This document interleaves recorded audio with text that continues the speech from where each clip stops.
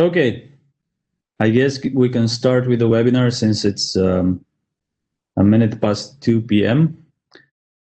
So all of you that have connected and will attend the webinar, you're welcome.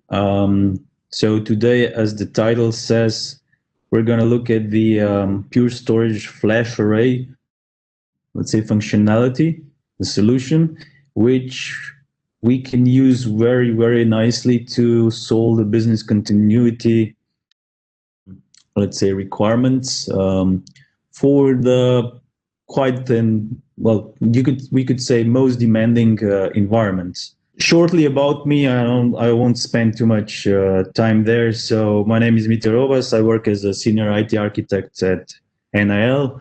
I also have a role of lead for the data center and cloud VT.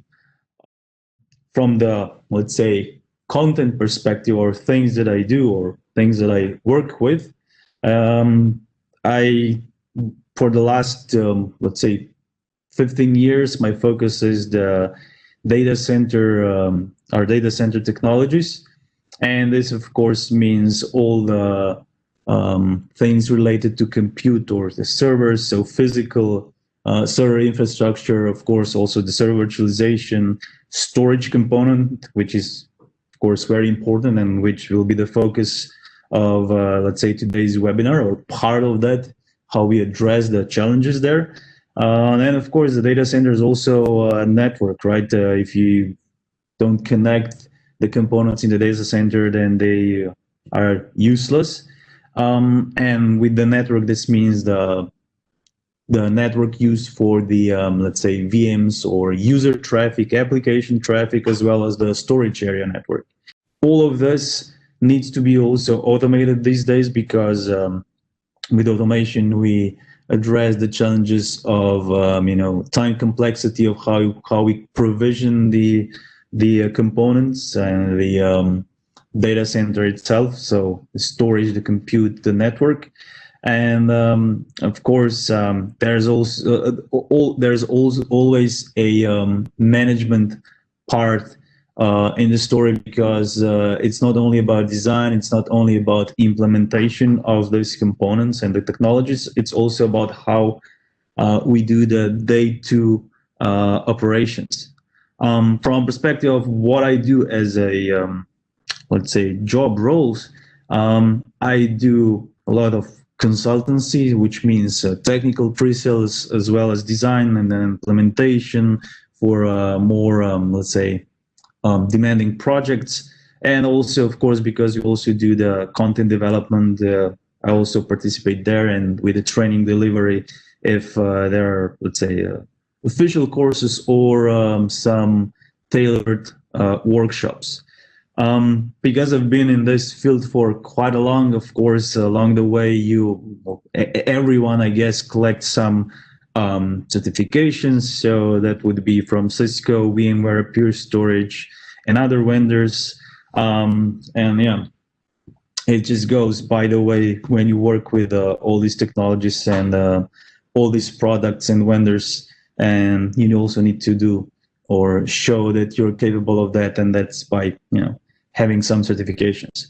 You can find me at my email address or also at LinkedIn, Twitter, or even Facebook. Shortly about NIL, the company I work for. So we were founded in 1989, and since 1995, we are Cisco Gold partners. We are also partners of other vendors. Among those is also Pure Storage, which is the focus of today. And we do all sorts of stuff. So advanced IT solutions, services, professional services, consulting. We do managed services. We do, as I mentioned, content development and trainings. So let's say the plethora of services is what we offer. Our headquarters is in Slovenia, but we have also other offices, representatives around the world. So basically around the globe. And since 2019, we are part of Concha Group, and that's, let's say, with which we have even broader reach. So let's first now take a look at what the problem actually is, or what we are trying to address. And as always, I try to start typically the discussion around what we need to do as an IT personnel every day. There are a lot of things, as you can see on the left-hand side of the picture, that we need to do. So we need to implement design. We need to migrate solutions, applications, data. We need to update configurations. We need to update documentation. So we need to do all sorts of stuff. And it's always about day 0, day 1, day 2 operations. We, in the data center or the cloud, we have all these components. So the network compute virtualization plus the storage that comprise the infrastructure. And storage is really vital in this infrastructure, because if we lose the storage, if it's not working, if it goes down or whatever, nothing will work. So applications cannot access data, then users cannot use the applications, and so on. So we have a lot of challenges, and with the having to keep the lights on without almost, let's say, any interruptions these days, because that's typically the requirement. This kind of activities we need to do are really complex and time consuming. And of course, if we do things by hand, and if the complex solutions need to be implemented, then we might also do errors which will result in problems with the application responsiveness or even downtime of the application. And of course, last but not least, anything that needs to be repeated several times tends to be a bit tedious, and that's also a reason why we do the errors, or why we maybe fail when we do daily activities. Now, the focus of is always the applications, and there may be many types of applications. So in this case, there are just, let's say, 3 types mentioned, and the difference between the application types when we have multiple sites is basically how the high availability is handled and where the high availability is handled. So we could have the clusters on the application level, which means that then we have some application instances on site 1, and then we have some application instances on site 2, and all this comprises the application. Plus, of course, we shouldn't forget about all the components, which is also the networking part, IP subnets, layer 2 segments, and of course, typically these days we will have a multi-instance application, which means there will be either multiple virtual machines or multiple containers. So a lot of moving parts for which we need to provide the, let's say, high availability between the sites. Now, from a perspective of the infrastructure, we might have all the components in place. And of course, then applications are typically put in several environments. We could have, so point being with this environment, which is depicted on this slide, is that we might have a test dev, stage, and production environment, or we might actually have multiple of test dev, stage, production environments, because we might have multiple different tenants in our environments. So that also brings the complexity or drives the complexity up of the infrastructure that we need to support and maintain. Last but not least, of course, all the applications and all the environments need to sit somewhere on some infrastructure. And this typically means we have some kind of clusters, servers, of course, also the storage. Clusters have their own policies. We use them to share the resources between the virtual machines or containers, or even physical servers, so the applications running on the physical servers. And we typically want to have something like at least 2 availability zones. So let's say that in case that there is some kind of a problem, downtime, failure, error, or whatever in availability zone A, our applications, which are, let's say, critical, still work because we have availability zone B. As said, we could have like on the example here, we might have multiple tenants, we might have multiple types of the applications as listed here, the infrastructure, DMZ, application. In this case, there's several tiers of the IBM WebSphere application. All point being that all these components have a lot of moving parts. Now, and what are the challenges from the storage perspective? There are actually two main issues or problems that, let's say, influence our application availability and, of course, user experience. The first one is the data loss. So if there is an issue with storage systems or a storage system on a primary location, then if it goes down, if one of the components fails, if there is an error in connectivity to the storage, then we'll have data loss. Data loss can also be due to some kind of a ransomware locking our data or even deleting our data. So one main or big issue is data loss. The second one is the application downtime. These are not necessarily, these two do not necessarily happen at the same time. So we could have the data loss, but the application might still be working. But of course, the data served to the users is not correct. Or we could have the application downtime, but we don't have the data loss. The application downtime because we lost the connectivity to our storage systems. Now, all this then, of course, results in, let's say, secondary challenges, which are loss of customer confidence. So if our applications through which users are accessing our services, for example, if this is a web-based shop, then, of course, if I cannot log in and shop for what I'd like, I'm going to go to the other provider, and this of course also means that there is a loss of revenue because me as a user or as a customer cannot use the service or the application, and I'm going to the let's say to the other provider that maybe is up and running. On the long term, of course, if this data losses happen, let's say, a couple of times or maybe frequently, or even more, let's say, more often, the application downtimes happen frequently, the brand that we have as a company will be damaged. And of course, this also translates into missed business opportunities. So two main issues, data loss and the application downtime.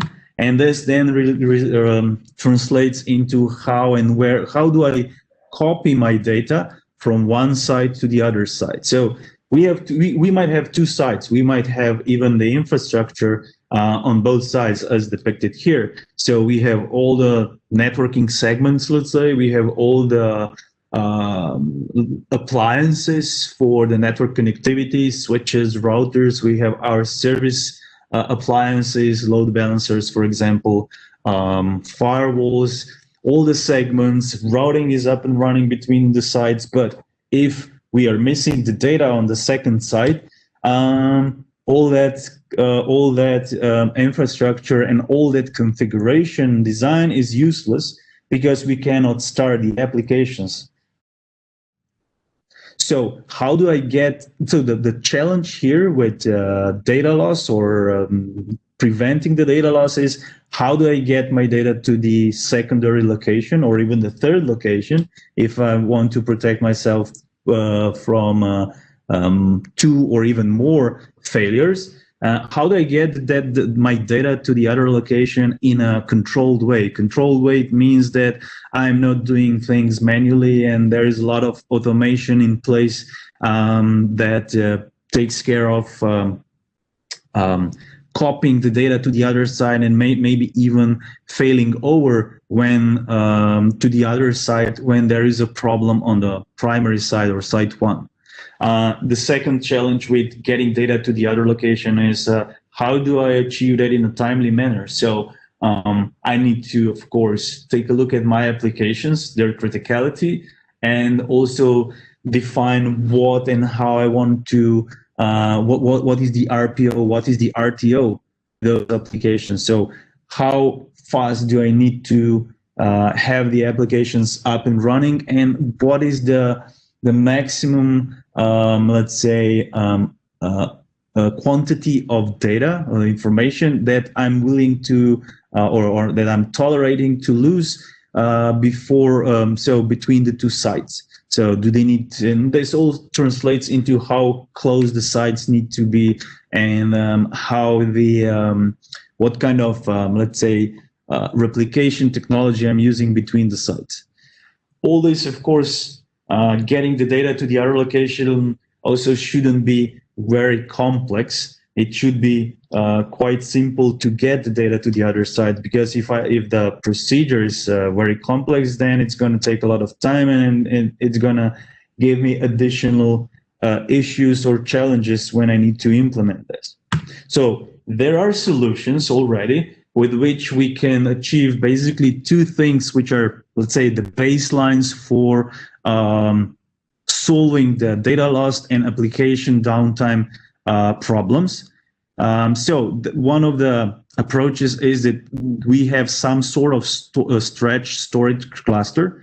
This doesn't necessarily mean that we also have, you know, layer 2 network connectivity between the two sides, that we are actually spanning our IP subnets between the two sites or even three sites or whatever. This just means that we have on the storage level the infrastructure, so the storage system is something that takes care of copying the data between those storage systems in a proper way. And the second, let's say, solution to the problem is that we have some sort of high availability and failover in place between the data centers. Now, whether is it high availability or is it a failover, that depends on how quickly we need to react, how close the sites are, and all that. Now, a lot of solutions which are available on the market or have been available for longer time, because this is not something new in terms of issues or challenges that we need to address. A lot of those solutions are really very, very complex. Complex in terms of, as you can see on the right-hand side of the slide, that we need to do and design a lot of, let's say, aspects for such a solution. From, I don't know, properly architecting our storage to, for example, to put aside some part of the storage for the replicated data, properly size the storage system, so even before we buy them, and maybe there are some limitations in terms of what kind of configurations we can do on our storage systems. So how can we carve out our storage system? How can we create our LUNs or volumes, if you wish? And what we can actually copy or mirror, replicate to the other side. So this can be very, very complex. And it really depends on the solution, but let's say classical solutions available in the market, they are quite complex. So you need somebody with almost a PhD to be able to deploy this, and also you don't forget about maintaining and operating the such a solution. The second aspect, or the second challenge that actually arises from the available solutions, is that they tend to be very expensive, because this typically means that you need to buy additional licenses for enabling such and such replication, asynchronous or synchronous, or even licenses for amount of the data that can be replicated between the sites, let's say gigabytes or terabytes. And the second thing is that often those solutions require additional hardware, which means you need to have some kind of maybe controllers or external appliances to which you connect the storage systems, and then you configure all that, and that external systems take a look at the writes and they replicate the writes to the other side, or they use some kind of approach basically to replicate the data. But the point is that it's expensive because you typically need additional hardware, and most often you need additional licenses with which you cover such a functionality. And because these solutions tend to be quite complex, and because you need to buy additional hardware, you need to deploy it again, you need to design and everything, this of course is time consuming. So if you need to address the challenge of data loss and application downtime in a timely manner, with such solutions, it will take some time to deploy them.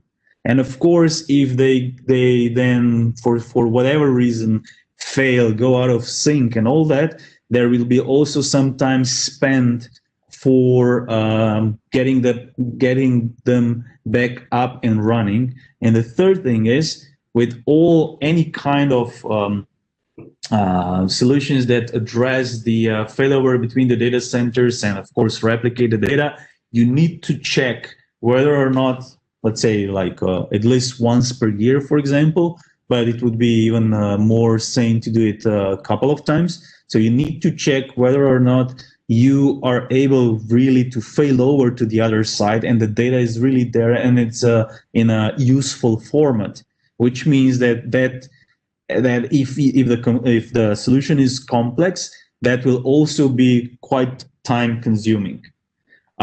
So all this means that maybe the solutions available in the markets right now, or those that were available, are not, or are then presenting us with additional challenges. So, as we said, we're going to look at how this can be addressed with the Pure Storage FlashArray.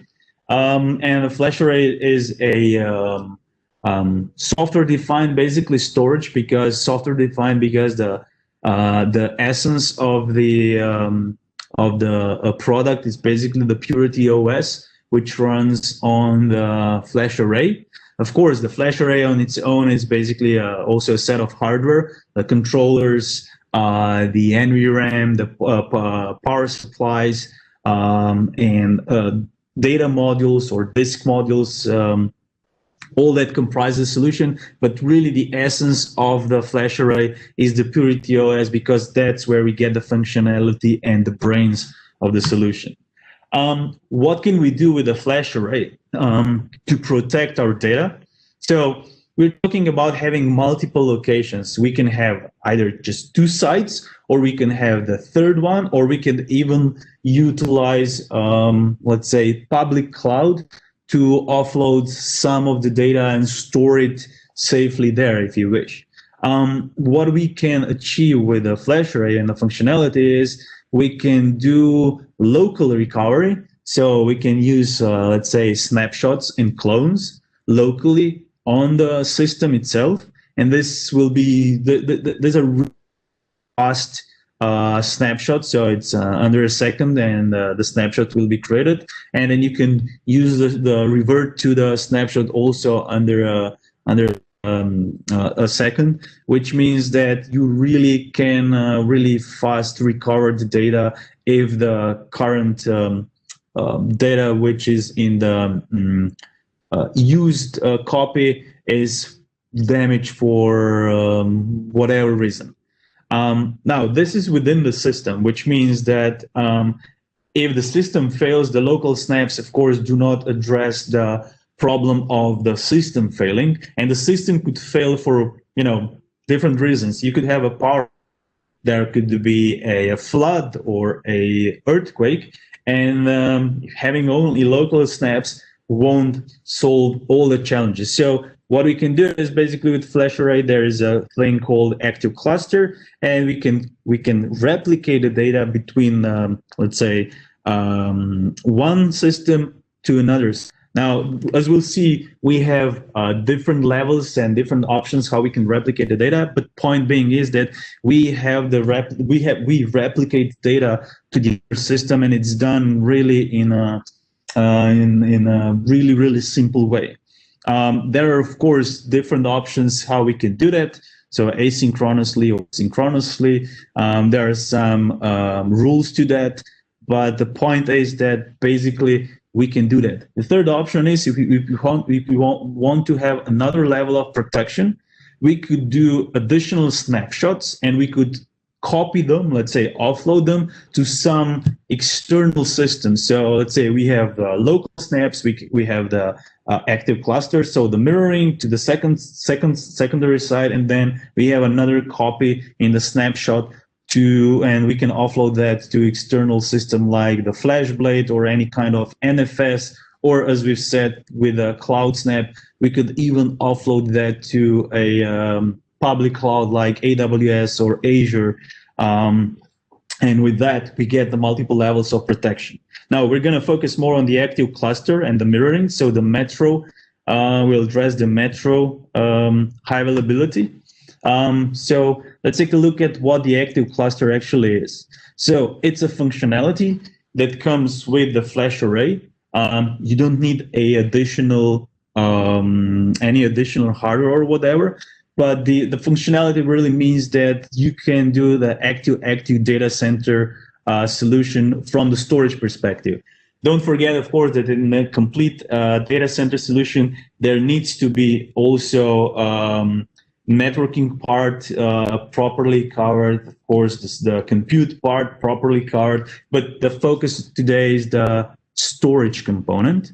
So we can do active data center, which means that there is no, let's say, downtime, there is no data loss, there is no difference between the data which is stored on the primary side and the secondary side, or site 1 and site B.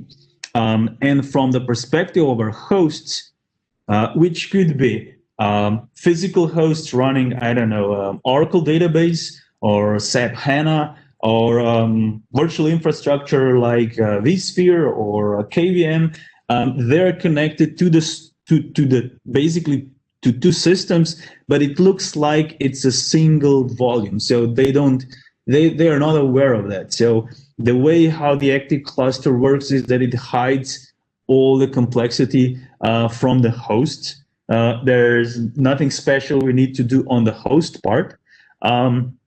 So they will keep on using. So if you have ESXi host hypervisors, they will still use the data store, VMFS data store, or vVol if you're using that on the storage, regardless whether it's on the first or secondary side. There are some rules to that, as we'll see later, but point is that it's abstracts the way how, or all these internals, how the data is replicated between the sites towards the host. Nothing needs to be done that. The failover with the active cluster can be or is transparent between the locations, which again means that if I'm host on site A and I'm accessing some volume on the local storage, if that fails, of course, if I have the connectivity to the other site, I won't even see the difference. Even from the latency perspective, because when we have a synchronous replication, as you can see, there are two options, so synchronous and asynchronous. With synchronous replication, let's say the distance between the two systems, or sites if you wish, is up to 11 milliseconds. So that's a round trip time, which means that is the amount of time which is added to the latency of data access. Now, FlashArray systems, they are sub millisecond. They offer sub millisecond latency for the data access. And of course, the further apart that we have two FlashArray systems, the more latency the path adds to the data access. That's then, of course, trade-off that we need to do in the design. But the thing is that the solution does not prevent us to do that. We just need to take into account that, yes, if you're doing synchronous replication between the sites, and if there is like 3 milliseconds of round trip time, then on average we'll have probably around 3 to 4 milliseconds of data latency when our servers are accessing the data. But it's going to be, let's say, it's not going to fluctuate, but it's going to be steady 3 to 4 milliseconds of latency. The last thing, which is really important with the active cluster, is it's really simple to manage. As we'll see when the solution is also set up, there are just a couple of steps, and that's basically we handle the all that from the GUI, or we can do that from the CLI, or even we could use the API. What do we achieve with the active cluster? You can see on the left-hand side a picture of how we can basically easily migrate the virtual machine from site 1 to site 2. Now, that doesn't mean that this migration is necessarily live migration. It could be. It also depends on how you do the design on the, let's say, networking part, the cluster part, and all that. But the thing is, from the storage perspective, the data for virtual machine in this case is on the volume A, which is on array A, and it's also on the volume on array B, this volume. So basically the data is present on both sides. So from perspective of restarting virtual machine or migrating it, we can do it easily from the storage perspective because it's taken care of. How does active cluster works? There are a couple of components. As I said, there is no specific additional hardware in this solution. So we just need to have 2 FlashArray systems. They can be of different types, even of different versions in terms of they could be, you could have an M series and X series, you could have an X10, and you could replicate it to X20. That's not, or X50 to X90 or X70. It's not that you cannot do that. The only thing that, of course, needs to be kept in mind is that if I'm replicating, I don't know, 10 gig of data from site 1, then of course I also need 10 gig of storage space on site 2. The way how it works is basically, as I said, two systems. In this case, for example, we have a synchronous replication. Our hosts are, some of the hosts are on site 1, some of the hosts are on site 2. They're connected to the storage through, it could be an Ethernet, so iSCSI, it could be fiber channel. It doesn't really matter. So the way how we connect, or the storage area network media, is not relevant in this case. Point is just that we have multiple paths to the volumes. Now, the hosts actually don't know that basically there are 2 systems per se from the let's say data store perspective. So the 2 systems are put into a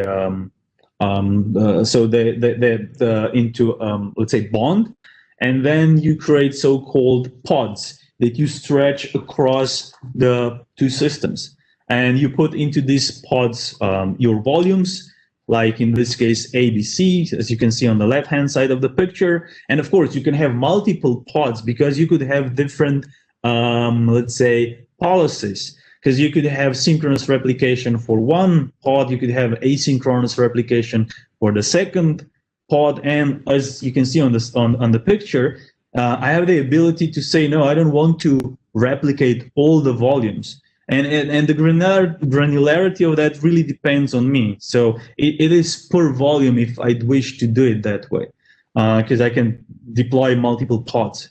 Now, when I put the volumes into a pod, when I create this configuration, and of course the synchronous replication has already been enabled, I don't have to do anything special on the other side. Basically, the data gets replicated, copied to the other side. This will happen quite quickly, of course, if I don't have hundreds of terabytes of data that I need to replicate. But normally in average environments, it will happen quite quickly, which could be, I don't know, from a couple of minutes to maybe an hour or something. And the thing is that basically the data that's copied to the other side is just the data. It's also reduced. So all the deduplication, all the compression, which is done on the flash array, is done before the data is copied to the other side. And basically just what needs to be, just the unique data is really, really transferred across the link to the other system. So point being that we don't need multi 10 or 100 gigabyte links. And then keep in mind that there is an initial copy or let's say synchronization of the data. Yes, of course, that one will take a bit more time, but afterwards, it's actually just really low, typically a lower amount of data, and that also means a lower width that we need to, for example, synchronously replicate the data between the two systems. It all depends on the amount of data that is changed on volume. And the second parameter that also influences that is how much that data or the additional data or change data that is put on the volume can be also reduced, which means deduplication and compression.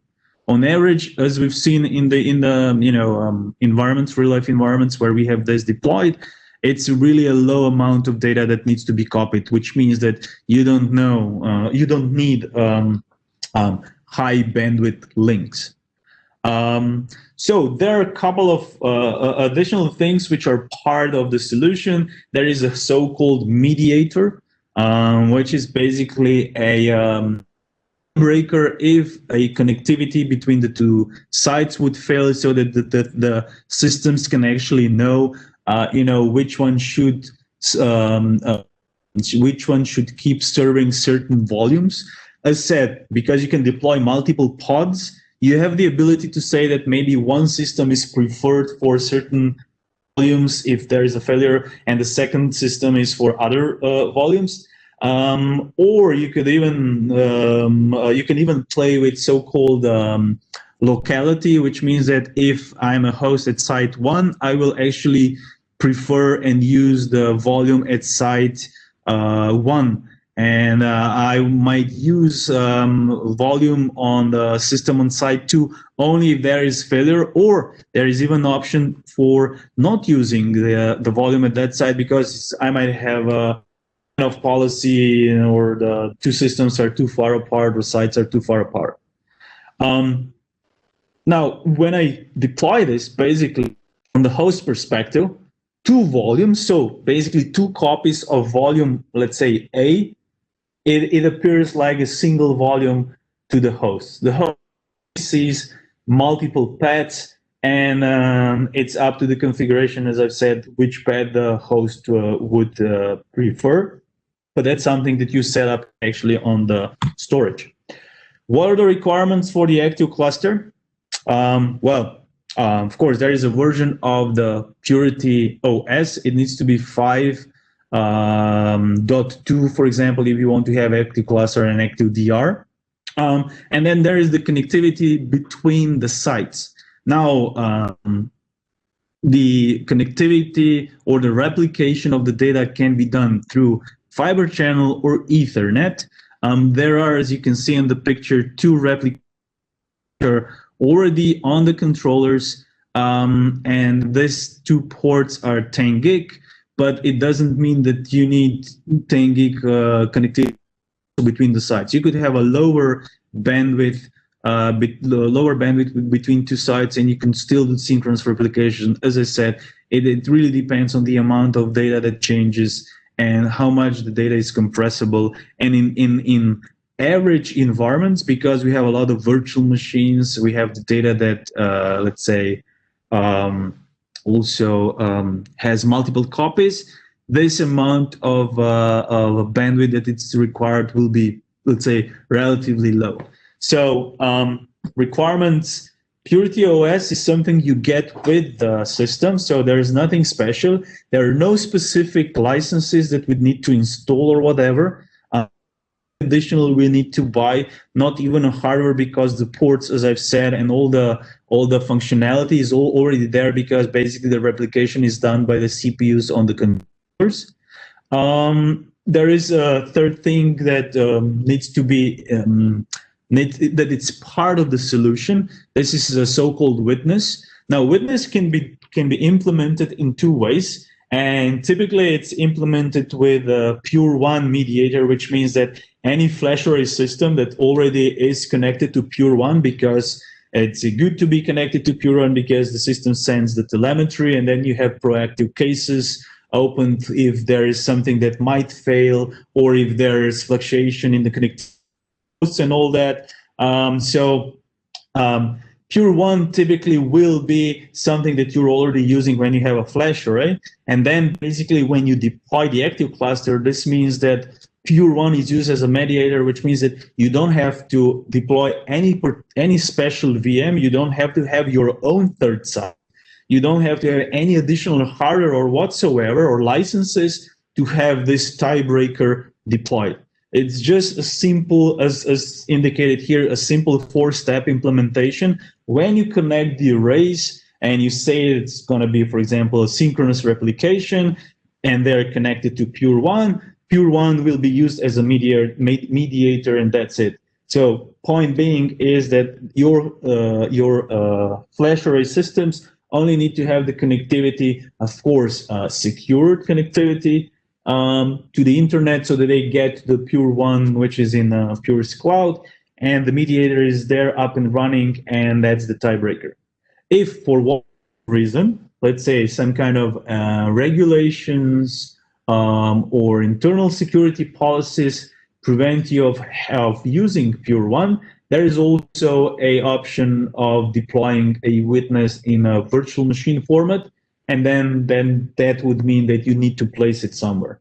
But it's not really obligatory. But that's also an option, because some customers might need or have a demand, as I've said, due to regulations, to be so-called dark site. As you can see, the implementation is really simple. So it's not that we need to have a PhD and we need to plan the activity and do a lot of configuration. Basically, 4 steps means that the two systems are connected, so they see each other replication ports. Of course, you need to connect also the replication ports somewhere. It's in a production environment. There are two ports per controller, and you have 2 controllers. So typically, you will connect 4 ports, and that's in a production environment, because the replication is vital, and you will connect them to at least 2 different switches, so that you address all the possible failure scenarios. But it's nothing different from how you connect your servers in a multi-home environment. Let's say you have 2 NICs at least, and you connect one NIC to one switch and one NIC to another one. Same here. The controller is basically like a server.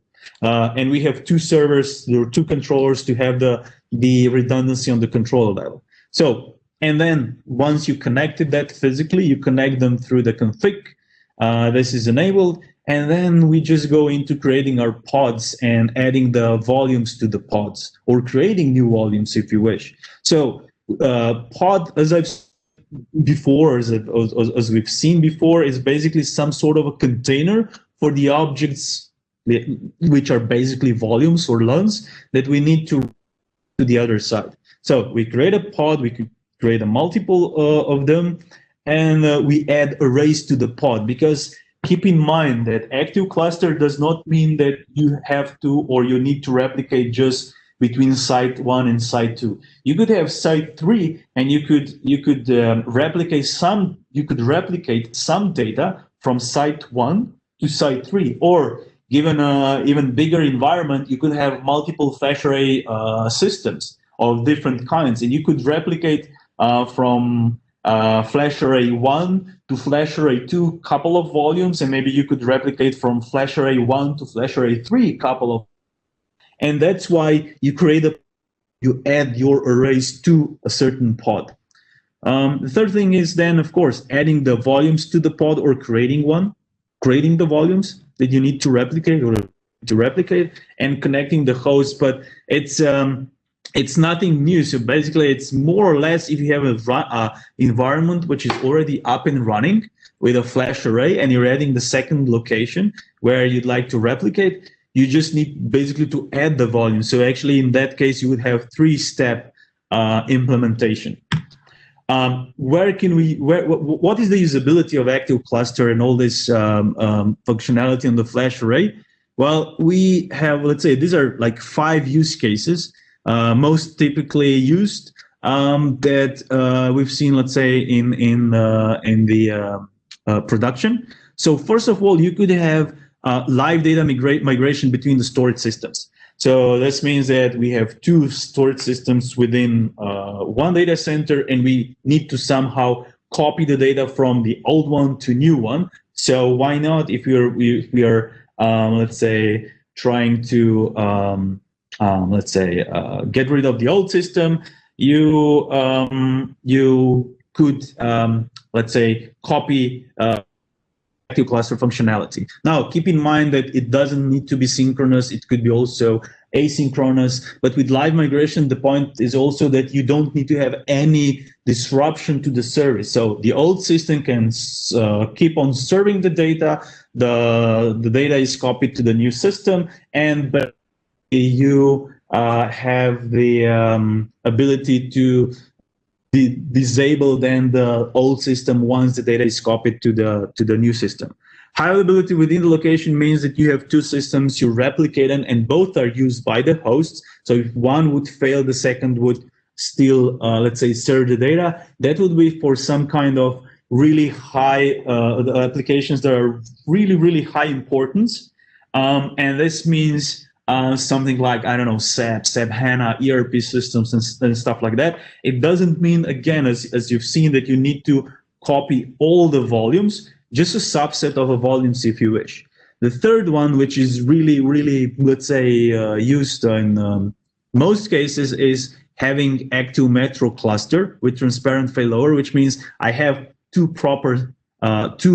properly set up locations, and I'm using this to copy the data between the locations.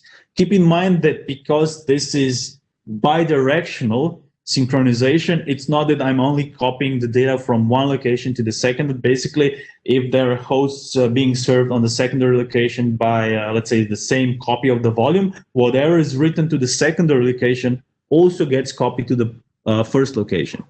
The fourth one is disaster recovery. So we could have a secondary site which is not used or not really using, to which we are only, let's say, copying the data or replicating the data, but there are no hosts actively using that copy of the data. And we said the fifth use case is the multiple levels of the availability, because we could also offload, copy, replicate the data to a third data center, asynchronous replication there, or even with the cloud snap or something like that.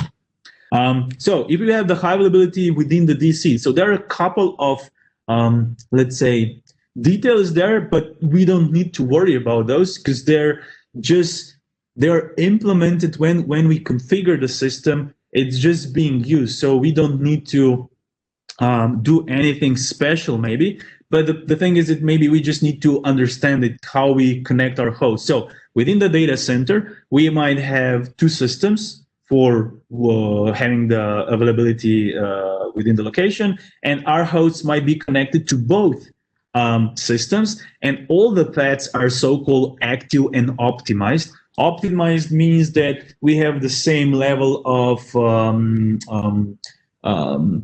latency through all the paths.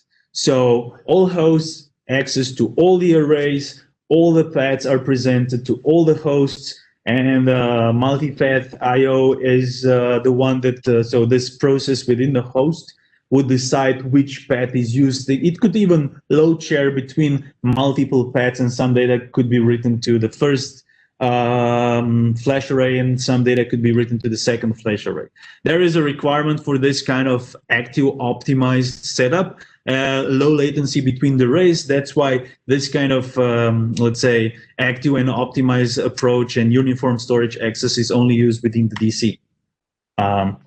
We could have a metro area high availability with uniform storage access, which means that, again, all of the hosts are connected to both systems. So this could be two sites where we have dark fiber, DWDM, our DWDM equipment, and maybe we are also, having fiber channel connectivity over the hosts from site A, transferring through the DWDM to the secondary side and connected to the second flash array.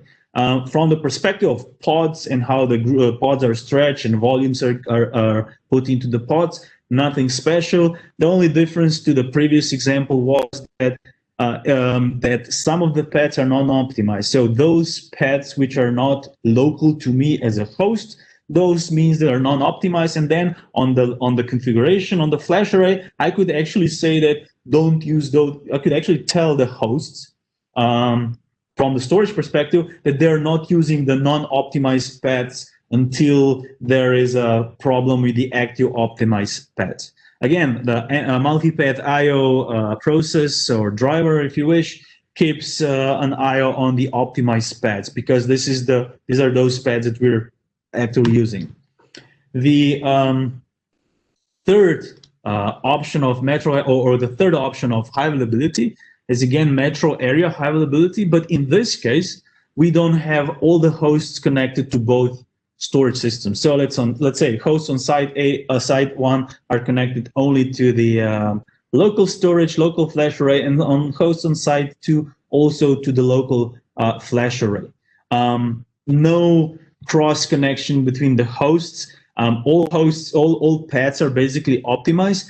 But the thing is that from the perspective of the cluster, this host could be serving the same application. And if one host if flash array on site 1 fails, of course the hosts on site 1 would be disconnected, but we already have the data on site 2, so the VMs, the applications or containers or whatever physical servers, if there is capacity, of course, could be restarted because the data is there.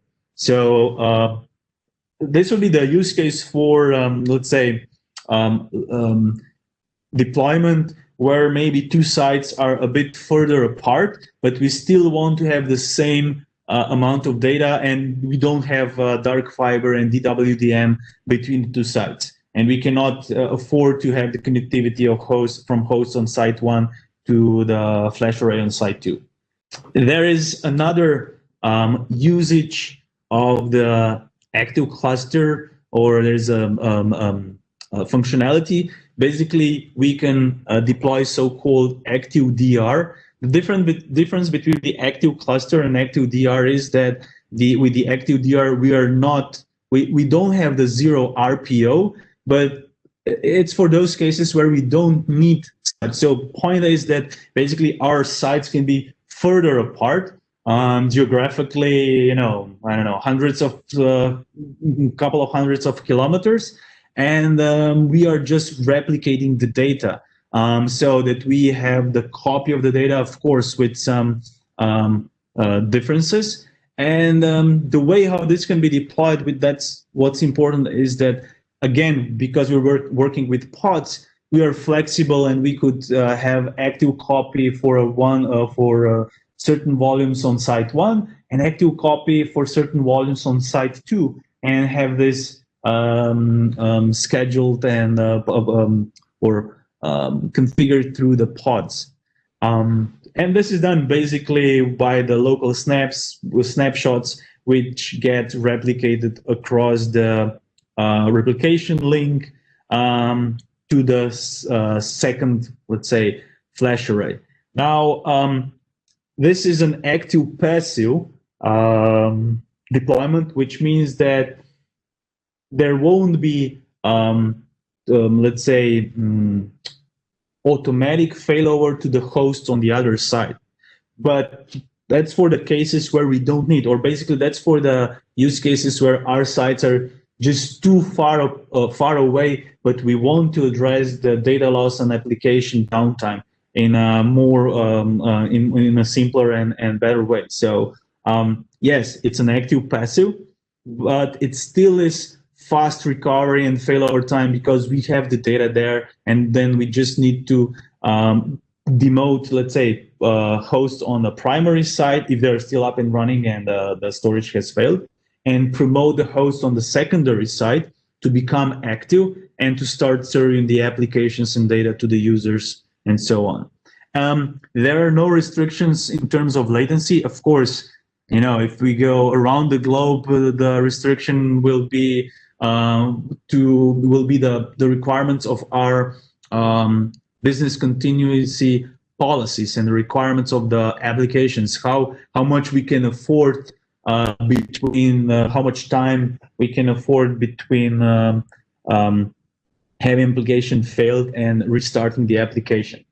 The nice thing with Active DR is also that we can do the DR failover tests without disrupting this replication of the data. So we don't need to stop the Active DR to be able to test that on the secondary side, which means that we can really do that in a more simpler way and a couple of times per year, with which we get really, better feeling about the whether or not the data which is copied to the other side is, let's say, useful, and also whether or not we can actually start the disaster recovery process, procedures, and of course the applications on the other side. But at the same time, the production is still served by the primary side, and we can do that at the same time. That's the point with the Active DR. So, okay, we've sort of came to the end of the presentation. So if there are any questions, and I've seen there are some. So, okay, let me browse through. So there is a question from Peter regarding VMware. Do I still need 2 vCenters and something like, for example, Site Recovery Manager, like in the old days, or can it be stretched vCenter? From a perspective of the FlashArray, it doesn't matter, basically. You could have single stretched vCenter, and so there could be a vCenter on the primary side, and it could be let's say, managing all the clusters and hosting all the clusters between the two sides. So if you have an active cluster with synchronous replication, that's of course possible. You don't need the Site Recovery Manager because basically the if you're not relying on restarting the applications, but you're basically if you're stretching your clusters, you're relying on the high availability to restart the VMs. Does that make sense? That's another thing, but that's it's not an issue from the storage perspective. So from a storage perspective, you could do that. From a perspective of the networking, you might be better off with having some kind of semi-automated restart also for the network segments, let's say. But you would not need maybe Site Recovery Manager, as well as you could go with a single vCenter if you'd wish, of course, and just need to take care of replicating the data between for the vCenter also between the two data centers, so 2 FlashArrays. Okay, so if there are no additional questions, thank you for your attendance and thank you for your participation and to bear with me. So if you have any additional questions about the active cluster, how it really looks like in the production, so because we have the customers in production, feel free to email me at mrobas@nil.com, or as I've said, you can also find me on LinkedIn or on even on the Facebook. So with this, I would conclude the presentation. I know I've thrown a lot of data at you. There are, let's say, 2 things maybe just to remember, or 3 things to remember. Deploying the active cluster doesn't require any additional licenses, hardware, or whatsoever. So you already have that with your FlashArray. You just need 2 systems. You can have different systems that you can combine, or on which you can deploy the active cluster. And the third thing, which is really important, is it's simple to deploy. So it doesn't need to be designed and planned like multi-day activity. The deployment of the active cluster can be done in a single day, and of course then you also do the verification and all that. So 3 things: it's simple, you already have the functionality, and you can mix and match your systems. Okay, so with this, I am concluding the presentation. Thank you for the participation, and hopefully you'll have additional questions, or hopefully you will use that. You will see this as a useful solution in your environment. Thank you, and bye.